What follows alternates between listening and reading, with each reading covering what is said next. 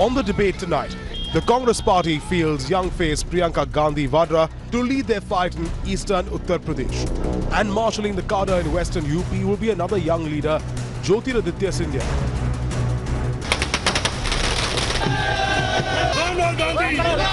Rahul Gandhi. The Congress is confident Priyanka's entry will prove to be a game changer and tilt the scales in their favour. Remember, a lot has been made out in the past about when Priyanka would actually take the plunge into active politics. She has played a limited role to Raebareli and Amethi, particularly during elections. But this time she is assuming a greater mantle. This is eastern Uttar Pradesh. We are talking about the bastion of the BJP, where even Varanasi falls, where again Prime Minister Narendra Modi is likely to contest from. Priyanka और ज्योतिरादित्य काम करेंगे और जो उत्तर प्रदेश को चाहिए, जो उत्तर प्रदेश के युवा को चाहिए, वो कांग्रेस पार्टी दे सकती है. Priyanka ji has become the General Secretary. My good luck to her. Since the party is a family concern, these kinds of postings are nothing unusual. It's a wonderful happening, and I'm very glad that Priyanka has decided to come out in the open, because she used to work for the Congress anyway, but quietly and when she was asked to. But it's a great thing, and she will be a great addition to the party. Priyanka makes her official debut just months before the general elections. Mirror now asks, will young India overlook the Vadra date? Will Priyanka prove to be a game changer or a liability? Will Priyanka bring young India's demands to the table? And will Priyanka's entry influence women voters? Let's debate. Well, on last count or estimate, there are 2 crore Indians who turn 18 every year. 2 crore Indians. So that would, at this election, leave us with between 10 crore and 13 crore Indians who would be first-time voters who've turned 18 in the last 5 years. A last estimate again, there are 600 million Indians below the age of 30. This is the constituency that all political parties are going to be vying for. You, watching right now, the young person. Is Priyanka Gandhi's entry into politics perhaps a route to those young people?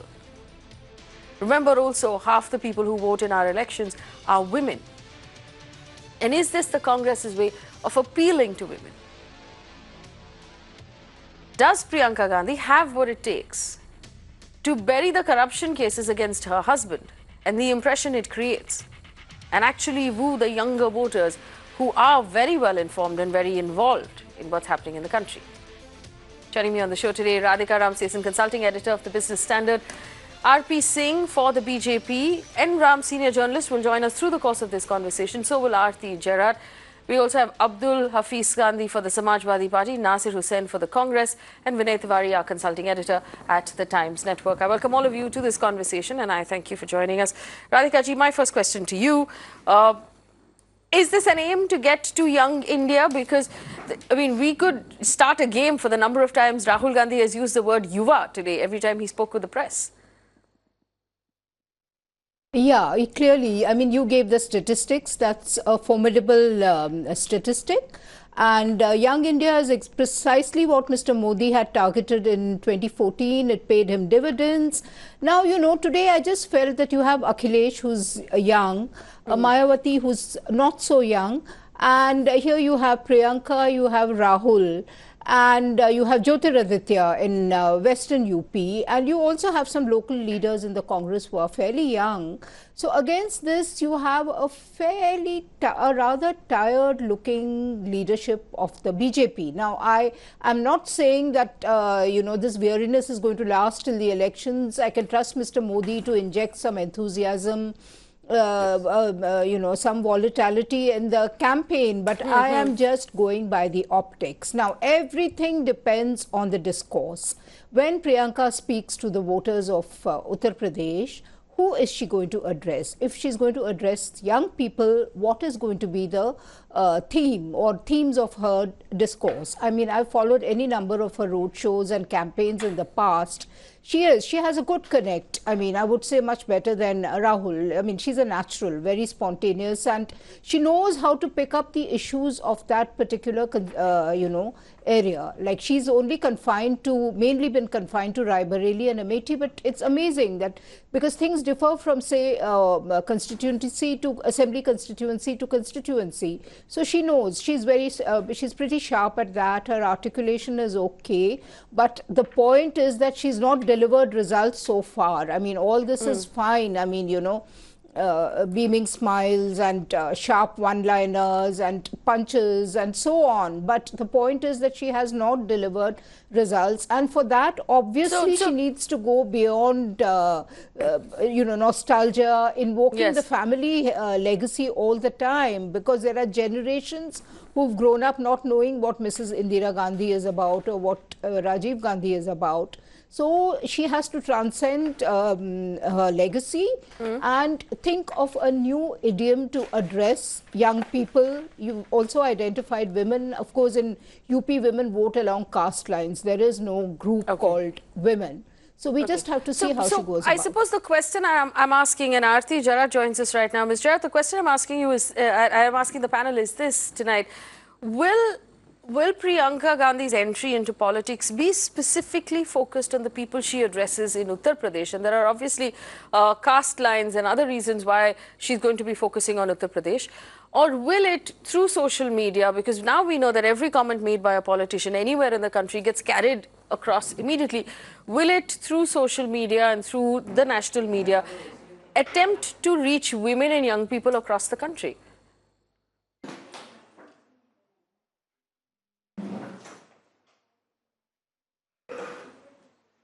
Aarti Gerard, can you hear me?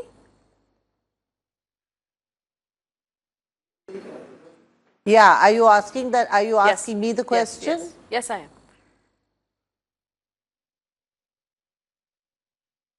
am. Yeah, okay. So, Priyanka Gandhi's entry today, the induction of Priyanka Gandhi as General Secretary, just formalizes the role that she's been playing for the last several years as a backroom advisor to Rahul Gandhi. She has been his main political advisor. She's been very deeply involved in UP. As you remember, in 2017, when the assembly elections were fought, I mean, she was one of the major figures in the crafting of the SP Congress alliance, which of course came a cropper, but she was an interlocutor. She played a major role in deciding the seat distribution and so on and so forth. So she's been very active in UP politics. Now, I think the reason, Rahul has decided to bring her in, and specifically with a focus on Eastern UP, is partly a continuation of his strategy for Madhya Pradesh and Chhattisgarh recently, where the Congress made a concerted effort to woo the upper caste who were disenchanted with the BJP, largely because of the amendments to the SC/ST Act, which diluted the Supreme Court ruling on this act. And I think that, there is a similar disenchantment amongst upper caste, particularly the Brahmins in UP, who feel marginalized in a state that is ruled by a Thakur chief minister, who have also been upset by this amended SC/ST Act. Some of the big protests were not only in Madhya Pradesh, but in UP as well. And I think that there is a very definite caste positioning by the Congress, in turning to Priyanka Gandhi, because Priyanka has been very much in touch with the Brahmins of Eastern UP. They regard her as their Bitiya. She is Bitiya Priyanka to them. And of course, they remind her of Indira Gandhi. So this would be a kind of Indira Gandhi 2.0, which I think, that Rahul is trying to recreate using Priyanka. In fact, I want to put this on the screen, and this is what's been doing the rounds on social media. There are actually now images of Indira Gandhi and Priyanka Gandhi juxtaposed there. That's what's doing the rounds on social media. So could it finally have boiled down to just this, the resemblance of the two faces, and just the dress sense and everything, a very deliberate haircut there that Priyanka Gandhi's always had. Could it just be that much? Not really. I mean, they might use that as a selling point in social media. But I have just got to add a few things to what Aarti said. Aarti, I completely agree with her that The larger reason is Eastern UP is dominated by the upper caste, the Brahmins, and the BJP. The Congress is worried because remember, the only category of en bloc voting that exists in UP, which is completely with the BJP at least till now, is the upper castes.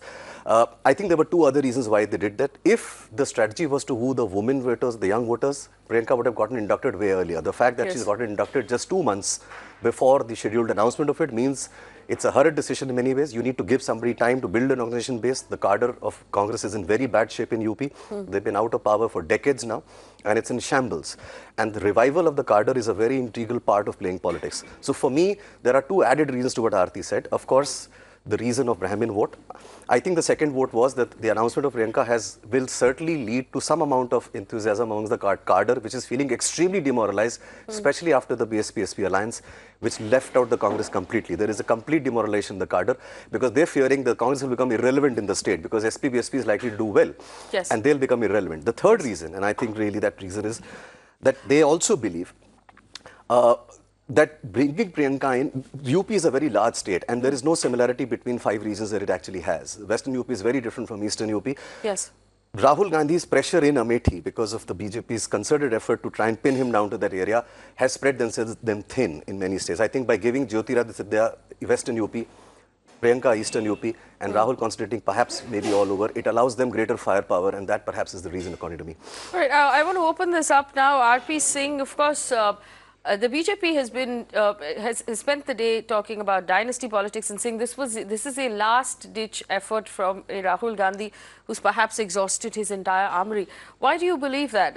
Why do you believe the induction of a general secretary is proof of Rahul Gandhi's inability to lead his party?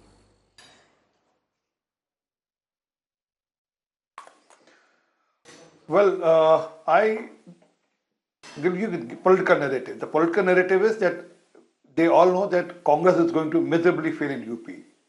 And they have picked up 2 scapegoats, Priyanka Gandhi and Jyotiraditya Scindia, especially Priyanka Gandhi. Because if tomorrow, when they fail miserably in UP, and then how can they safeguard their Yuvraj? How can they safeguard their president?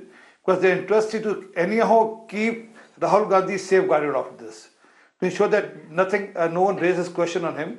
Now, once they lose UP badly, which is bound to lose under whatever circumstances, I mean, they politically speaking also, you can understand what the situation will be if they do little good in vote bank politics also. Even then, they're not going to win elections. They're going to help other political parties.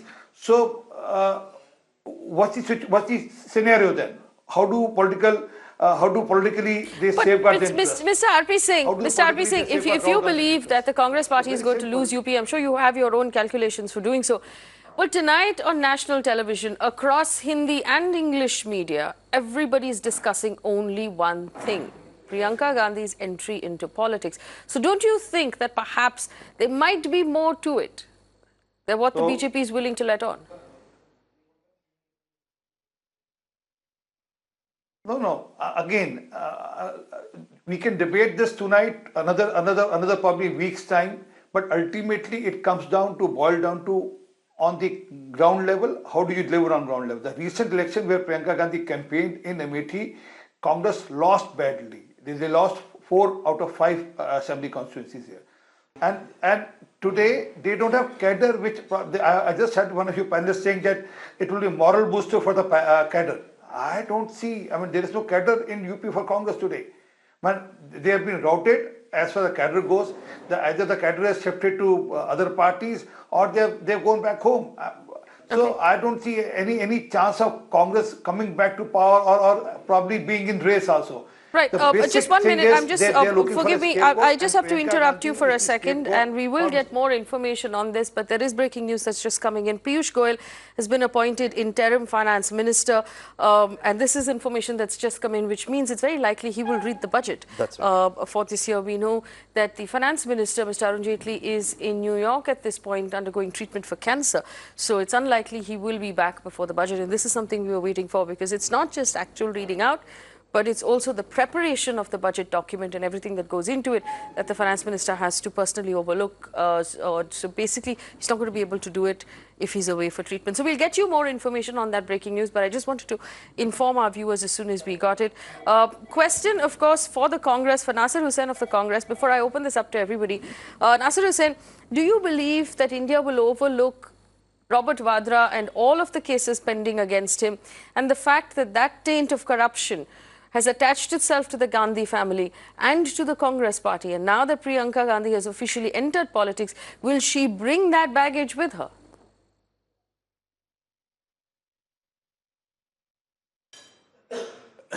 See, Mrs. Priyanka Gandhi has been supporting the party, has been working with the party for a long, long time now, though not in an official capacity, but unofficially she has been there behind the screen. She has been working with the party, and I don't think anybody should have a problem if somebody wants to enter politics, somebody wants to take a plunge in politics, somebody wants to contest elections or work with the political party. And as far as the cases are concerned, as far as the baggage is concerned, I think there's nothing against Priyanka Vadra Gandhi. There is, and all these cases which have been cooked up, now we have been challenging the present government to come out with the cases, to go ahead with the cases. Now, just 1 or 2 months before the elections, they have started taking, I don't say it's an action, they have started trying to rake up this controversy again, rake up these cases again. If they really had the intention, if they really thought there's something in the cases against Mr. Vadra, they should have gone after him in the last 4.5 years. No, I think that would not be an issue. When Mr. Narendra Modi himself, against whom there were so many cases in Gujarat, Mr. Amit Shah, against whom there were so many cases in Gujarat, they all came up, they all contested election. One became the Prime Minister of the country, other became the party president of the party that was there in power. And there are so many others who had, according to the law, they can contest election, they can come. They have made it to the Union Cabinet also. Mrs. Gandhi is clear. She doesn't have anything as a baggage to her. There's no blot on her. She's not involved anywhere. She doesn't have any antecedent where she has to speak for these kind of issues. Yes. I think her entry into the politics is completely voluntary. She has been working. Okay, so Nasir Hussain, when you say Mrs. Gandhi, are you referring to Priyanka Gandhi or Sonia Gandhi? Let us leave it to the people of the country whether they want to accept it or not. Yeah. When you say Mrs. Gandhi, are you referring to Priyanka Gandhi or Sonia Gandhi? I think currently we are speaking about Priyanka Gandhi. All right, so we'll have to get used to that. So let me just open this up now to the entire panel. So a couple of things that were pointed out. The BJP saying that the Congress is going to completely lose Uttar Pradesh, and by losing Uttar Pradesh, obviously you lose the general election. So Priyanka Gandhi is a fall guy or a fall person at this point. And the Congress arguing that if the BJP had anything against Robert Vadra, they would have prosecuted him by now. I'm opening it up right now. Here are the questions. Will the Vadra taint actually follow Priyanka Gandhi and attach itself now to the Congress party? Is she a game changer right now, or is she a liability? Radhika ji has a hand up. Radhika ji, go ahead. Yeah, if we are discussing the Robert Vadra factor, surely Congress would have thought 10 steps ahead of us and factored this in. And I reckon that they'd realize at this point that there's no great risk. I mean, as somebody pointed out, that this government had close to 5 years to nail down Robert Vadra down. Every now and then you had these leaks about him being involved in that Bikaner land case or Haryana, but there is nothing established so far, or even if they have evidence, this government seems reluctant to reveal the details or even try and pursue a case against him. Robert Vadra has campaigned along with Priyanka in Amethi and Raebareli. I myself have followed his campaigns. He's again, he's perfectly comfortable sipping lassi in a villager's home, and people accept him as their Jijaji. He's known as Jijaji in Amethi and Raebareli. So I do not Jawai ji. think that the allegations against Robert Vadra So hang on. So here's the thing. Vinay, Could this have been, like Radhika ji is pointing out, a carefully laid trap? Because now every time the BJP points out the cases against Robert Vadra, the rebuttal will be, but you didn't prosecute him, bringing to focus perhaps the lack of prosecution of a lot of corrupt people who've gotten away from the country and who haven't seen the inside of a jail yet. So for me, Faye, I think the Congress had a choice of choosing between two risks, and I think they believe that this is the lesser risk that they will take. And I have a theory for this. Outside of Amethi and Raebareli, for instance, every time that I have travelled in the interior, small towns of UP, Vadra is a virtually unknown character. Nobody actually bothers about him. Nobody cares about him. It's really the Gandhi family that everybody knows. But if you really ask a very small town, somebody in Eta or Banda, do you know who Robert Vadra is? They don't know. So I think they've calculated that the loss that they might have in, say, maybe the urban areas about Robert Vadra's alleged involvement in corruption will be more than offset by some of the gains that they may accrue. It's a question of choosing the lesser risk. There may be some risk, but I think the Congress consciously knows that it will be a lesser risk going with this and inviting, of course, the BJP's rhetoric, which will increase. I'm very sure BJP is going to up the ante on that. They're going to talk about it ad nauseum till the elections. But interestingly, we expected this to happen this morning, but it hasn't happened largely during the day. The BJP continues to argue dynasty politics and they continue to argue her inexperience, but no one has said anything about Vadra. Because so BJP somewhere down the line knows the dynasty can be exploited a little bit more. Remember, dynasty as a concept irritates more young Indians than anything else. I mean, the young Indians who haven't seen Indira Gandhi or whatever, they are, and remember, these are young Indians who probably don't have jobs, they are unemployed, so they're already irritated. They have a little bit of a lack of faith in the system, or the elite class that perhaps occupies the big cities. And I think they believe that dynasty is a much more saleable card than going after corruption. Abdul Hafiz Gandhi, spokesperson of the Samajwadi party, there was a lot of mention of the SP-BSP, understanding by Rahul Gandhi. He wanted to almost assure that we are still open to talks. This is not in reaction to your Gathbandhan. What is the official stand right now from within the Samajwadi party on Priyanka Gandhi's entry? Faye, I think this is entirely and purely the internal affair of the Congress party. They have all the right to appoint a person and make her in charge of certain part of the Uttar Pradesh. So I think that Congress has made the move, and we welcome the entry of youth and women in politics and also in the decision-making processes. So it is good that people are entering politics, and she has been into politics, but for the first time a formal announcement has been made. But as far as the larger politics in Uttar Pradesh is concerned, the alliance which has happened in Uttar Pradesh is capable of decimating and weakening the NDA and Bharatiya Janata Party from Uttar Pradesh. So I think that the election of 2019 is all about issues. It is not about faces or personalities. It will not be contested on personalities. So we are raising the issues which are concerning to the people. We are going to the people and telling them what has happened to the country in the last four and a half years. And that the president of BJP, Mr. Amit Shah, has made certain comment as far as the SP and BSP alliance is concerned, and they have said it on a number of occasions that they fear the alliance which has emerged in Uttar Pradesh. So I think that the election of 2019 will be contested on issues and not on personalities, and that's why I'm saying that the appointment will not have much impact as far as the alliance which has emerged in Uttar Pradesh is concerned. All right, Aarti, Gerard, here's a question that's popping up among our viewers. They said, even if she was going to join, why didn't she start at the bottom? Why has she started as General Secretary? Does she have the experience? Is she jumping the line here? What's your response to that?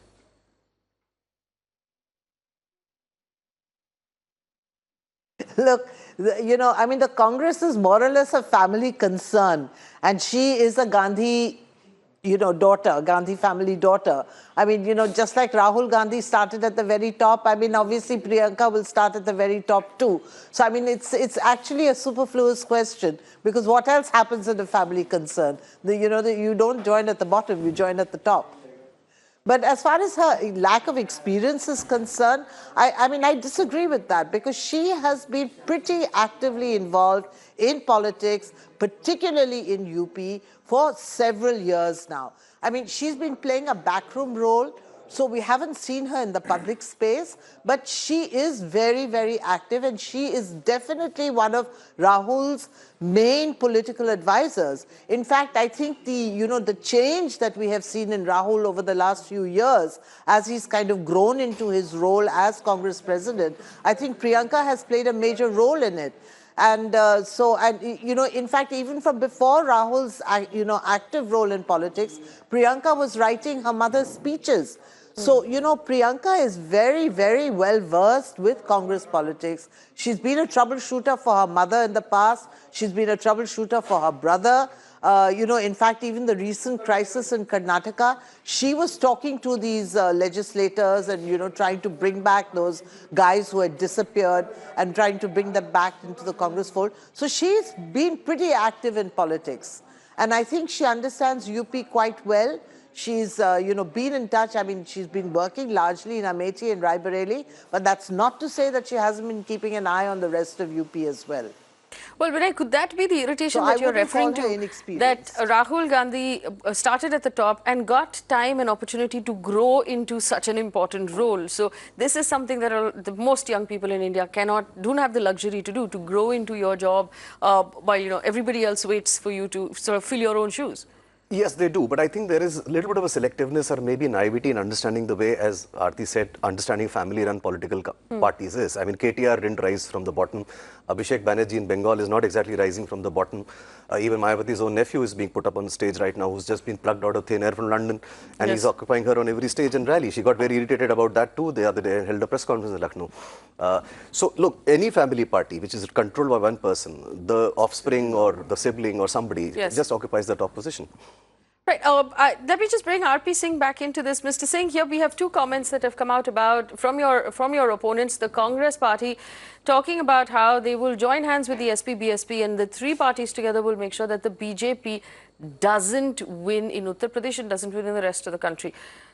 You seem to have a different point of view. What is your mathematics to believe that all three of these parties will lose to the BJP in the upcoming elections? Well, before I answer that, I have two small points to make. One, why she has been made General Secretary just 2 days after High Court has ordered Mr. Vadra and Mr. Robert Vadra, husband of Priyanka Vadra, and her mother-in-law to accept the summons of the ED now. Just 2 days, because after she's being a General Secretary, they will start crying wolf and they say, oh, give me, because they will say that there's vendetta politics now. Now that's a very easy thing for them, and then there's a good cover-up for her husband now. And being a General Secretary of the party, anything happens. And my friend was saying why they were sleeping for 4.5 years. It takes time. When Christian Michel was brought here, everyone raised the question, well, how come Christian Michel has come now? So they take time. The processes take time. It's a High Court order, not our order, not the BJP government order. It's a High Court order that they should accept the summon and be present on 12th of Feb. No, but Mr. Singh, if I were to ask you the same thing about a lot of people accused of crimes in your party, you'd say those crimes have not been proven in a court of law yet. Can I? Why? Again, the question is the timing. If they're talking about the timing, I'm raising the question of the timing because the timing is such that now she is the General Secretary. Now anything happens to Vadra and the process start happening on Mr. Vadra and her mother-in-law. The question will be raised. Oh, this is a vendetta politics because she is joined and they are worried. They are scared of her. But you should, as the government running the as the party running the central government, not care about accusations of vendetta politics. If someone is corrupt, that person should be sent to jail. Yeah, I mean, so do you see any merit in that argument? No, I mean, I'm not saying. I'm just telling what will the political narrative. I'm saying what is the political. So you are saying that Priyanka Gandhi was made General Secretary of the Congress in order to be able to argue any sort of further action from the court? Well, I mean, personally, I find that argument very absurd because even if she wasn't named the General Secretary of the party, her position in that party hierarchy, her stature in that particular party amongst the workers was the same. It's not as if they would have taken her any less lightly. This family rules the party. It's been ruling it forever. How there is no the post doesn't give her any added benefit in the cadre and the workers. Well, let's also now point out the fact that the job that she's been given, the task that she's been handed out, is a tough task. All right, Mr. Singh, make your point. All right, go ahead.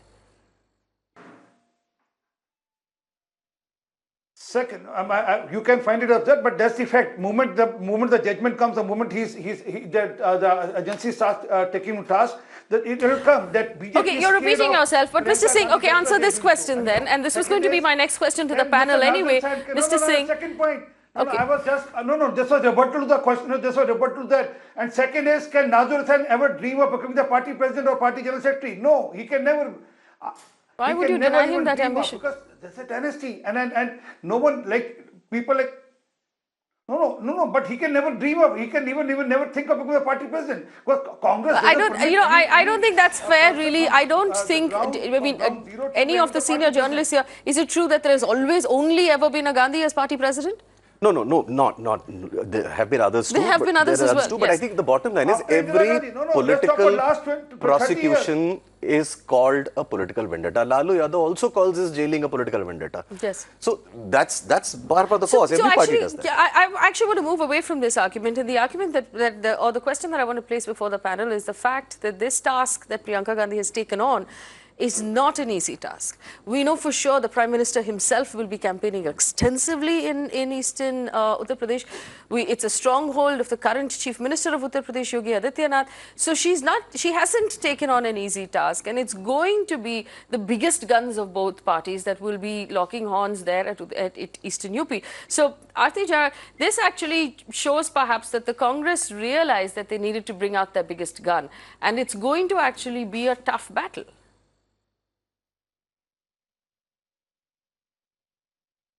Well, I think there are a few very interesting, signals that have emerged from this.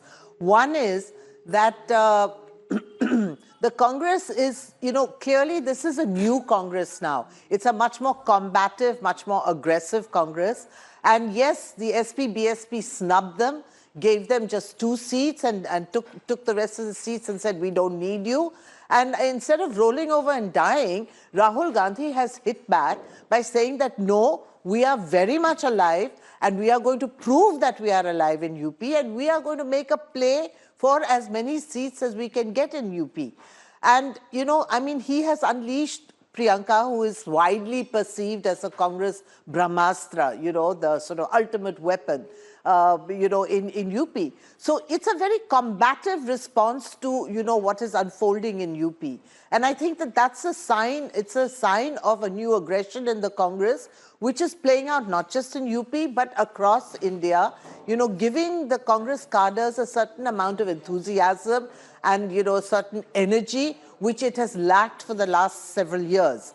So I think that's one thing. The other is that by putting 2 young people in charge of UP, one is Jyotiraditya Scindia in Western UP and Priyanka in Eastern UP, it actually leaves Rahul free to campaign all over the country.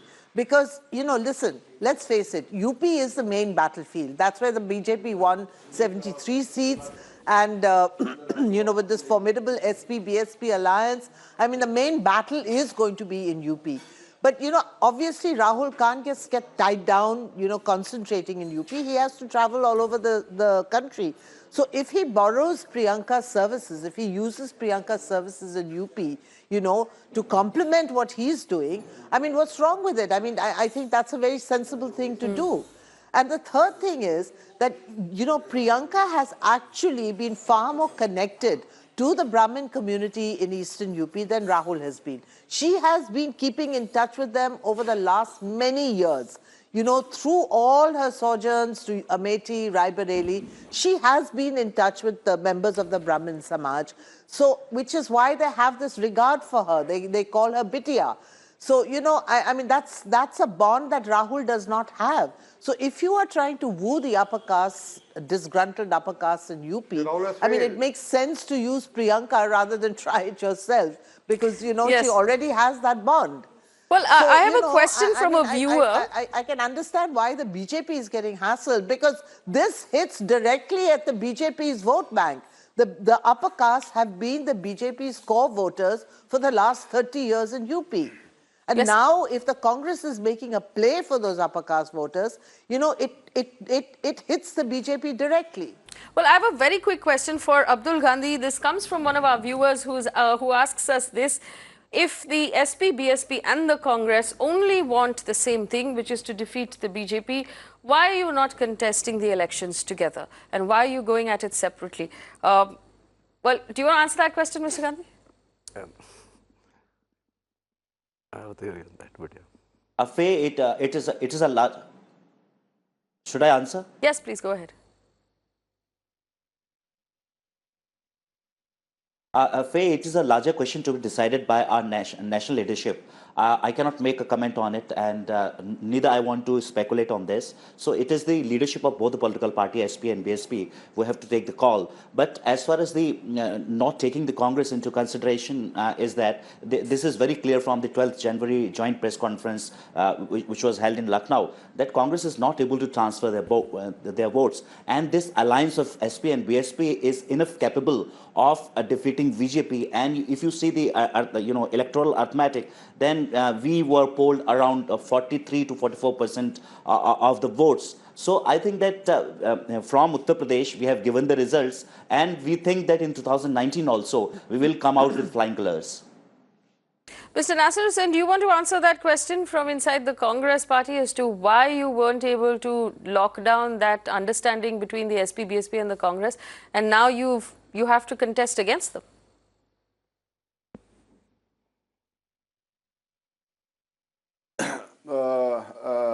Faye, there are different compulsions for coalition partners in different states. Most of these alliances are in states, they are not at the all India level, because most of them are regional parties. They have their own compulsions, we have our own compulsions. They have their own strengths, we have our own strengths. We did give a call for an alliance, for an coalition with all those like-minded parties who are in a position, who want to defeat the BJP at this junction, understanding the current status of the country and the way BJP has ruled and the way BJP has tried to divide this country on so many lines. I don't want to get into that. But the point here is, Congress President has made it very, very clear that we wish SP and BSP all the best. We wish that they take on the BJP and defeat the BJP. We in our strong areas, we will also defeat the BJP.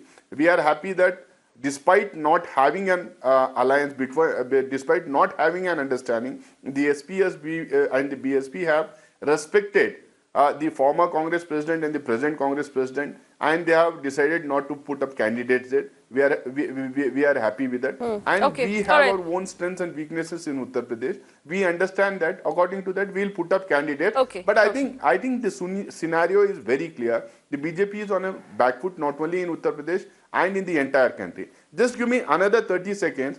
As far as what Mr. R.P. Singh was telling, see, you should understand that post 1947, there were only five Gandhis who have become the AICC president. More than 12 presidents were non-Gandhis. In the last 30 years, 15 years Congress party was in power. 15 years Congress party was in power. But you know what, Nasir Hussain, let me rebut that, because if you're saying that there have only been 5 Gandhi presidents of the Congress party, that's all the Gandhis. So every Gandhi becomes president of the Congress party. R.P. Singh, then you see, if the cadre and the members of the Congress party at a given point of a time wants a Gandhi, wants an XY to become the president of the party. Okay, so answer the question that R.P. Singh asked. Do you dream of becoming party president? Do you dream of becoming party president, Nasir Hussain? We have an election. At some day, on some day? See, I'll tell you something. I think R.P. Singh doesn't understand, doesn't know that, Dynasty politics that Nasir Hussain's family, there's not even a single councillor. There's not even a single councillor, not even a single corporator or a panchayat member also in Nasir Hussain's family. Nasir Hussain fought elections at the colleges and in the universities. He won the election. So, but while I'm running out of time, fair enough. So then, Mr. Nasir Hussain, then you should dream of becoming party president someday, because you don't pay GST for dreaming in this country. But my question is to Mr. N. Ram, who joins us right now. All right, fair enough. Mr. Ram, thank you for joining us. Aarti Gerard and we had Radhika Ramses and Vinod Tiwari talking about the fact that this is specifically to target the upper class or the upper caste vote in Uttar Pradesh, something that Priyanka Gandhi has a specific skill to do. So in your mind, and this is the last question I had for the panel, the 10% quota that the government announced and pushed through both houses of parliament, the president has signed it. Is this the counter to that 10% quota and the votes that the quota might have moved in the BJP's favor?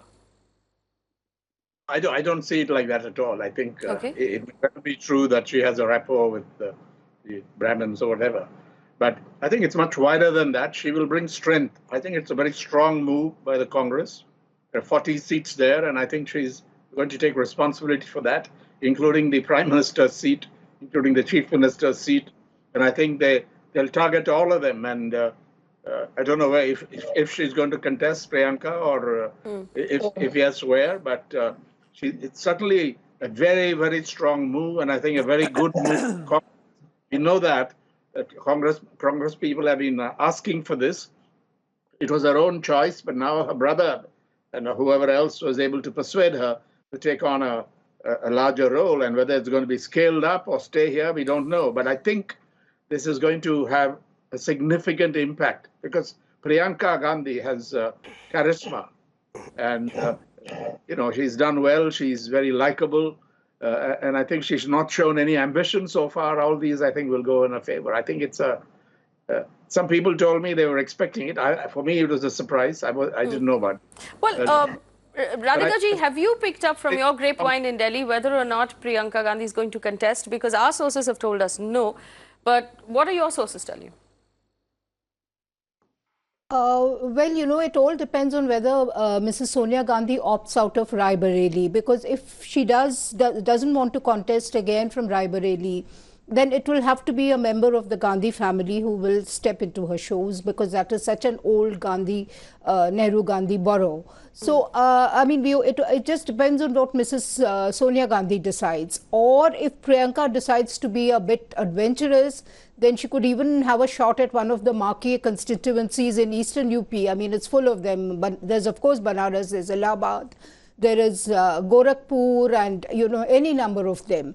So it just, as of now, to me, it seems a bit iffy, but it can happen, Okay, one quick point about the upper caste votes. I was in UP last week. The upper castes have reconsolidated behind the BJP, and I'm saying it with a sense of authority for two reasons. One, it's a reaction to the SP-BSP Gathbandhan, and secondly, the 10% quota. Let's remember, the 10% quota is not jobs, but it is more education, because you hear a Brahmin saying that unless we get a seat in a college or a university, unless we cross the threshold, where is the question of getting a job? So that has had a positive effect on the ground. Now, whether the BJP is able to sustain it, give it traction, we have to see. Secondly, we were talking about East UP and upper caste. There was a time when the Congress had very illustrious Brahmin families in East UP. They have all disappeared. Their scions have either joined the BJP or the BSP or the SP. So first of all, Priyanka Gandhi has to build a base capital for the Congress before she thinks of adding one brick after another. So she has to create an architecture in eastern UP before she can hope to gain seats for the Congress in what is very difficult terrain.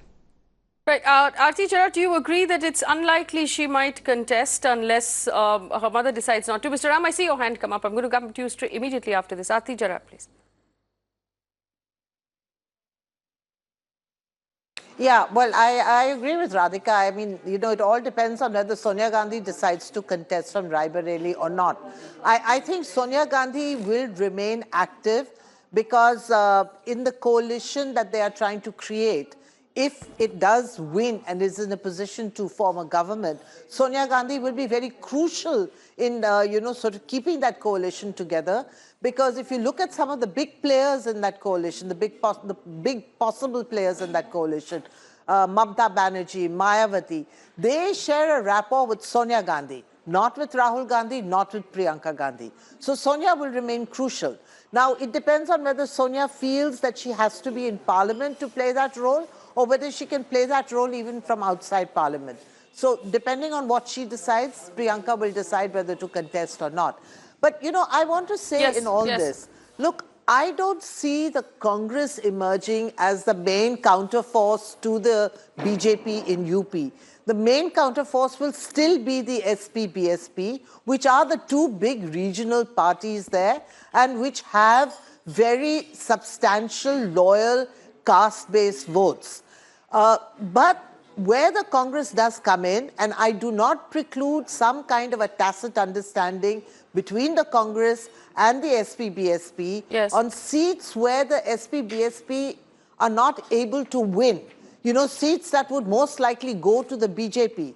That is where the Congress can come in and try to wean away upper caste votes so that it, undermines the BJP. The point, I think, is to try and get the BJP numbers down as much as possible. So I do not rule out a possible tacit understanding between SP-BSP and the Congress. Right. Very quickly, Mr. Ram, you had a point to make? Go ahead, please. How about the Congress fielding Priyanka Gandhi in Varanasi? Take a good idea. Good idea. It'll be quite. That'll be quite interesting. Look, however... So, fielding her against the Prime Minister then, fundamentally? Well, yeah, I mean, however blasphemous it may sound, but look, I would have to disagree with Mr. Ram, and I'll tell you on two counts. Number one, I don't think that will ever happen, because the minute you do that, you will pin her down to one constituency, and that's not the purpose for what she's been brought in. She's been brought in to do a little bit of carpet bombing across the state. That's one. So that's a bad idea. Nobody's going to do that. And if she loses, then she'll have to carry that. And then she has to carry that can for it. So obviously that's not going to happen. On the other point is, Aarti got it absolutely right. It is entirely about the Brahmin. This is a collateral benefit that the Congress is enjoying, because they are going to knock at, remember in the last election, when in the lowest that the Congress reached, with 2 seats, they got 11% Brahmin votes. BJP, that's why BJP is irritated, because they know that one thing they were assured of in UP may not necessarily happen. So what Aarti ji is saying is basically there is perhaps an understanding between the SP-BSP and the Congress saying we will divide it between ourselves. You get the others, we'll get the upper class. So I'll tell you something. This is something that what Aarti said openly, I have been kind of thinking about since the day that this could well be a tacit thing. But even if I don't credit with so much of strategic sense to the Congress and to the other parties, the fact of the matter is, why did that alliance happen? You asked that question. It's very simple. The 2017 assembly elections was a big reason. The SP realized that the Congress has not been able to transfer anything to them at all. And they got badly stung. In fact, the larger theory in UP was that if they had not allied, SP would have come back with more seats, not this number of seats that they had. So there has been a bitter experience in the past. Now, the benefit of 2022 assembly elections that Rahul, remember he mentioned it, he said it openly today that this is also about 2022 CM in UP. So they're playing a longer term game. It's not just about Which also he said very clearly that I'm not sending Jyotiraditya Scindia and Priyanka Gandhi to Uttar Pradesh for just 2 or 3 months. This is a long-term plan. We're going to change the fortunes in Uttar Pradesh is the statement he kept making. So obviously, I think from what we can conclude from this entire discussion and the events of today is that the gears have now changed and we are officially in election mode. A quick question for Radhika ji, do you expect a similar announcement or any other announcement from the BJP in reaction or in retaliation to what we've heard today from the Congress? Announcement for UP or nationally? Any sort of, we've heard so much about the fact that there will be more quota-like announcements that will come from the government of India at this point. Sure, they would want to consolidate their upper caste votes, you know, in UP and elsewhere where they lost, Madhya Pradesh and other states. So I think you can expect announcements which will help the BJP reconsolidate its upper caste vote. I mean, and that is the reason I even rule out a tacit alliance between the Congress, SP, BSP, because the moment there is talk of tacit alliance, the upper caste will move in greater numbers behind the BJP because they are reacting negatively to the SP, BSP alliance. I mean, I saw it on the ground in UP last week.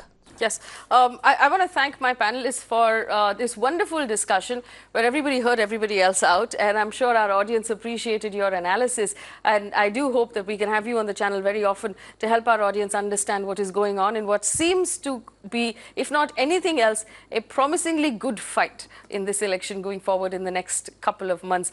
Before we leave you again, breaking news, I want to take this one more time to our viewers. Piyush Goyal has been given interim charge of the finance Finance Ministry and the Corporate Affairs Ministry.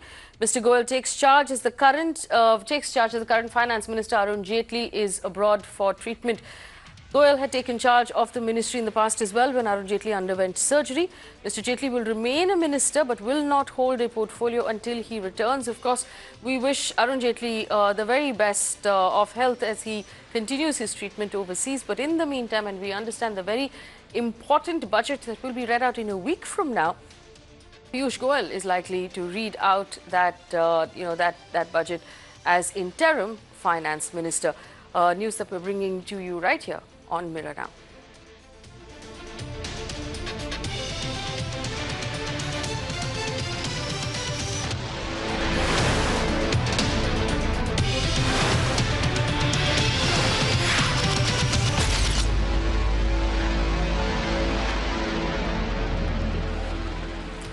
An addendum from Mirror Now. Mirror Now had inadvertently reported earlier today that the Karnataka High Court had stayed the ban on child locks in cabs for 3 months. The High Court has in fact extended the deadline for cab operators to comply with the removal of child locks in 3 months. We withdraw our earlier news report and we regret the error and apologize to our viewers.